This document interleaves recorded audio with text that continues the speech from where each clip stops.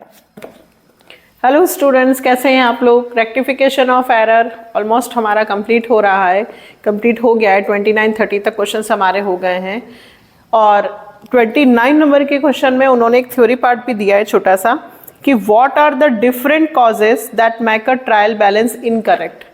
ऐसे कौन से कारण हैं जिसके कारण ट्रायल बैलेंस का जो दोनों तरफ का टोटल होता है वो सेम नहीं आता है।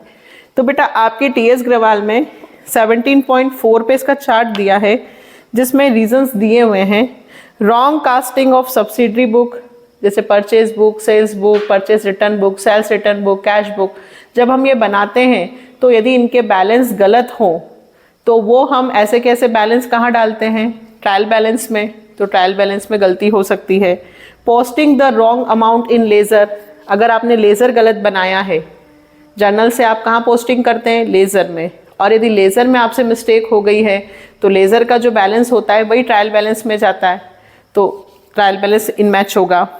Posting amount wrong side, debit में लिखना था क्रेडिट में लिख दिया, ट्रायल बैलेंस में ही। सपोज कीजिए आपने डेटर लिखना था और डेटर को डेबिट की जगह आपने क्रेडिट में लिख दिया। Wrong balancing of an account, जब आप लेज़र बनाते हो, बैलेंस निकालते हो, गलत बैलेंस निकाला तो आपका ट्रायल बैलेंस इन मैच होगा। तो आप कोई से भी 3-4 रीजंस यहाँ पर लिख सकते हैं, ठीक है। अब इसके बाद क्वेश्चन दिया है, pass the rectifying journal entries. First, a credit sale of goods for 2500 to Krishna. ये हम हर क्वेश्चन में 25, 26, 27, 28 सारे क्वेश्चन में ये चीजें दे रखी है कि आपने क्रेडिट सेल किया कृष्णा को, तो क्या एंट्री होनी थी, कृष्णा टू सेल्स, कितने रुपए से, 2500, ठीक है। और आपने wrongly pass through the purchase book, आपने कौन सी बुक में लिख दिया बेटा, परचेज बुक में, तो आपने क्या एंट्री कर दी, परचेज टू कृष्णा। किया क्या आपने, सेल्स, और आपने लिख किस में दिया, परचेज में। तो क्या करेंगे हम इस एंट्री को रिवर्स, कृष्णा टू परचेज। यहां पे कुछ भी कैंसिल नहीं हो रहा है क्योंकि दोनों सेम साइड पर आ गए हैं, और जब दोनों सेम साइड पर हो जाते हैं तो हम वहां पे कैंसिल नहीं करके बल्कि प्लस करके अमाउंट लिखते हैं। तो फर्स्ट एंट्री हमारी होगी कृष्णा टू सेल्स अकाउंट और टू परचेज अकाउंट, और टोटल बेटा 2500 और यहाँ आ जाएंगे आपके 5000। नरेशन आप लोग लिखेंगे। नेक्स्ट, ये बहुत अच्छा आया है, 5000 रुपये paid for freight on machinery.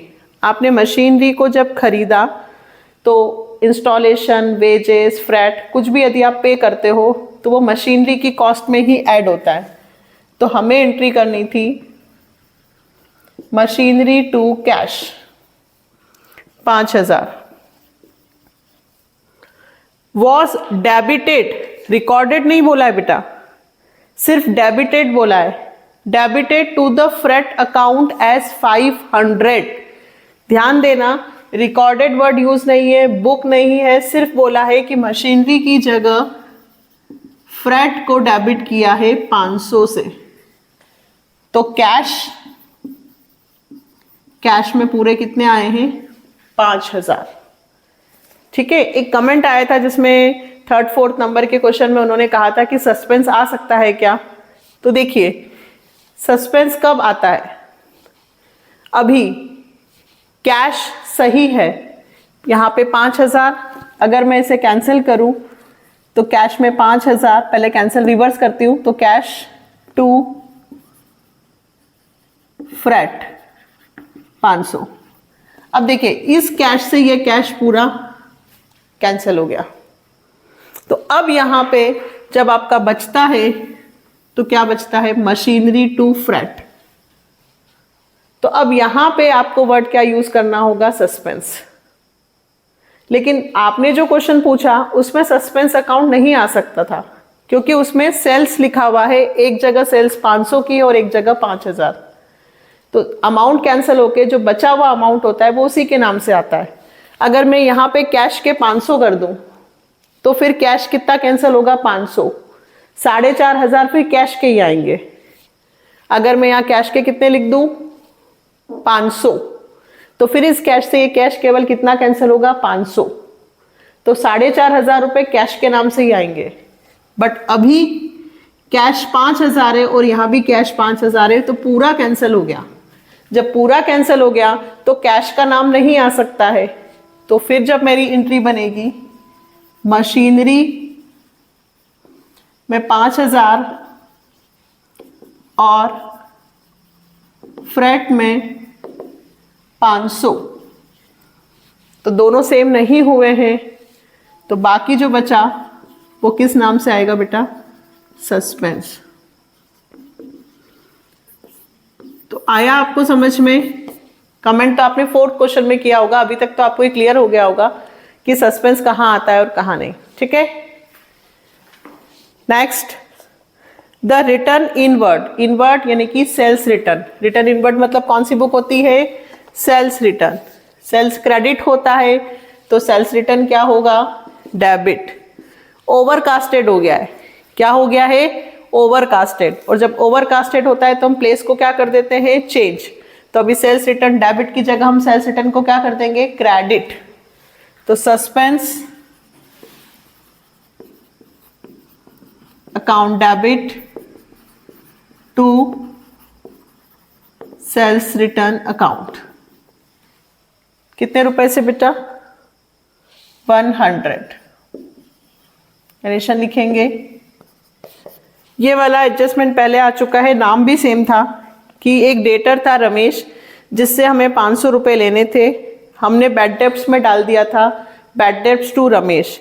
अब उसने हमें पैसे दे दिए। जब पैसे कोई डेटर हमें रिटर्न करता है, डूबा हुआ पैसा, तो हमारी एंट्री बनती बेटा कैश टू बैड डेब्ट रिकवर्ड। क्या बनती है, कैश टू बैड डेब्ट रिकवर्ड। बट उन्होंने posted to the personal account of Ramesh. मतलब डूबा हुआ पैसा जब रिसीव्ड होता है तो एंट्री बनती है कैश टू बैड डेब्ट रिकवर्ड, बट उन्होंने पर्सनल अकाउंट में लिख दिया। मतलब उन्होंने क्या एंट्री कर दी, कैश टू रमेश।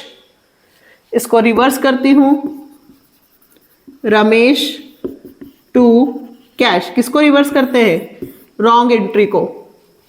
कैश से कैश कैंसिल हो गया, क्या बचा, रमेश टू बैड डेब्ट रिकवर्ड। रमेश टू बैड डेब्ट रिकवर्ड, पूरा लिखिएगा, बैड डेब्ट रिकवर्ड। कितने रुपए से, 500। ये हम पहले भी कर चुके हैं। लास्ट बहुत अच्छा है, अ सम ऑफ 460 ओव्ड बाय हरी।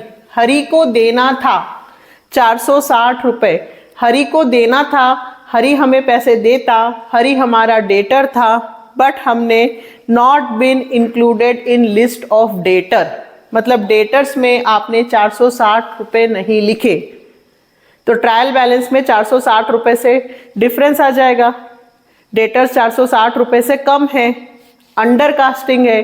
डेटर का अमाउंट 460 रुपए से अंडर कास्टिंग है, तो डेटर का अमाउंट 460 से और लिखना पड़ेगा। डेटर हमारे क्या होते हैं, सन्ड्री डेटर। हरी का नाम नहीं आएगा, सन्ड्री डेटर्स। कितने रुपए से, 460। डेटर्स डेबिट होते हैं, इन डेटर्स को हमने हरी को डेटर्स की लिस्ट में इंक्लूड नहीं किया, तो हम इंक्लूड कर लेते हैं। तो लास्ट एंट्री क्या बनेगी, सन्ड्री डेटर टू, या हरी का नाम लिखेंगे तो भी चल सकता है, 460। ठीक है, पर डेटर ज्यादा सही रहेगा। और नीचे to suspense account. Rectify entry made not included in list of debtor account. बहुत अच्छा पॉइंट है। ठीक है, तो 29 नंबर का क्वेश्चन हो गया है। आपकी प्रैक्टिस कीजिए, एग्जाम अच्छे से दीजिए। Best of luck. और लाइक, सब्सक्राइब एंड शेयर तो चलता ही रहना चाहिए। बाय।